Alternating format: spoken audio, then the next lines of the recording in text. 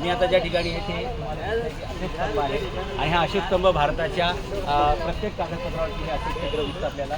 अशोकस्तंभ दिसतो. 4 वाघ आहेत किंवा 4 सिंह आहेत. याचा अर्थ सम्राट अशोकाने असं ठरवलं होतं की बुद्ध धर्माचा प्रचार प्रसार जगाच्या कानाकोपऱ्यात झाला पाहिजे, म्हणून 4 दिवसाला त्याच्या शिष्यांनी जावं. याची सुरुवात त्यांनी केली. सुरुवात त्यांनी आपल्या मुलगा आणि मुलगी याच्यापासून केलेली, लक्षात घ्या. म्हणजे दुसऱ्यांना तत्त्वज्ञानानंतर आहे, पहिले घरापासून सुरू केले. 4 सिंह म्हणजे 4 दिवसामध्ये प्रचार करा. त्याच्या खाली एक सिंह आहे, तो म्हणजे त्यांचे ते क्षत्रिय असल्यामुळे, राजा असल्यामुळे त्यांची ती आठवण म्हणून आहे. दुसरं तिथे हे जे आहे ते हत्ती आहे. त्यांच्या आईने गर्भात असताना एक पांढरा हत्ती बघितला, म्हणून त्याच्यामध्ये तो हत्ती आहे. त्याच्यानंतर इकडे बैल दाखवलेला आहे. त्या बैल हे कृषी आपल्या संस्कृतीचं प्रतीक आहे. आणि त्याच्यानंतर एक घोडा दाखवलेला आहे. घोड्यावर बसूनच तथागत गौतम बुद्धाने म्हणजे सिद्धार्थ गौतमाने आपलं घर सोडलं आणि ज्ञानप्राप्तीसाठी ते वनामध्ये गेले. आणि चौथे ते जे सिंह आहे मग सांगितल्याप्रमाणे ते क्षत्रिय असल्यामुळे, राजा असल्यामुळे किंवा राजाचा मुलगा असल्यामुळे तिथे ते दाखवले. आणि जे हे चक्र आहे ते चक्र म्हणजे अविरतपणे बुद्ध धर्माचा प्रचार प्रसार झाला पाहिजे. आणि त्याला 24 काड्या आहेत.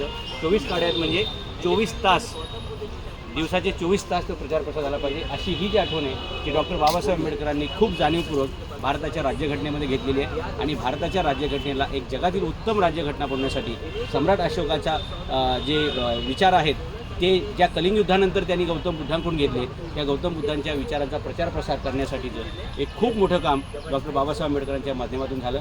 सांगायला आनंद वाटतो की आज जगाच्या जवळपास 16 देशांचा अधिकृत धर्म हा बौद्ध धर्म आहे. भारतामध्ये सुद्धा खूप मोठ्या संख्येनं बुद्ध लोक राहतात. आणि गौतम बुद्धाची जन्मस्थळ जरी नेपाळ असली तरी गौतम बुद्धाची तपस्थळी आणि गौतम बुद्धाचं ज्ञान वाटण्याचं जे काम सुरू झालं ते या सारनाथमधून सुरू झालं. आणि त्याच ठिकाणी सम्राट अशोकाने तो संदेश देण्यासाठी जो खांब तयार केला होता, जो खांब आपल्याला प्रत्येक कागदावरती दिसतो किंवा ज्याच्यावरती हे सिम्बॉल आपल्याला सगळीकडे दिसतं, ते याच ठिकाणून घेण्यात आलं होतं. आता ते म्युझियममध्ये आहे आणि त्याची रिप्लिका बनवून ती या ठिकाणी सारनाथमध्ये ठेवण्यात आलेली आहे.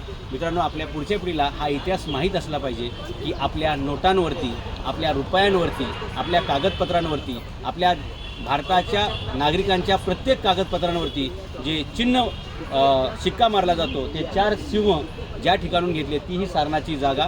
आणि ते सम्राट अशोकाने बनवलेले आणि बुद्धाच्या सत्य अहिंसा या विचारांचा प्रचार प्रसार करण्यासाठी गौतम बुद्धाचा विचार जगात जावा म्हणून सम्राट अशोकाने जे सुरुवात केली विचार प्रसाराची, म्हणजे गौतम बुद्धांनी पहिलं प्रवचन इथं दिलं आणि गौतम बुद्धांच्या त्या विचारांचा प्रचार प्रसार करण्याचं अधिकृत म्हणजे राजाश्रय ज्या ठिकाणी मिळाला. आणि सम्राट अशोकाने गौतम बुद्धाचा शिष्य म्हणून आणि एक सम्राट म्हणून जे बुद्ध धर्माचा प्रचार प्रसाराला सुरुवात केली ते ठिकाण म्हणजे हे सारनाथचं हे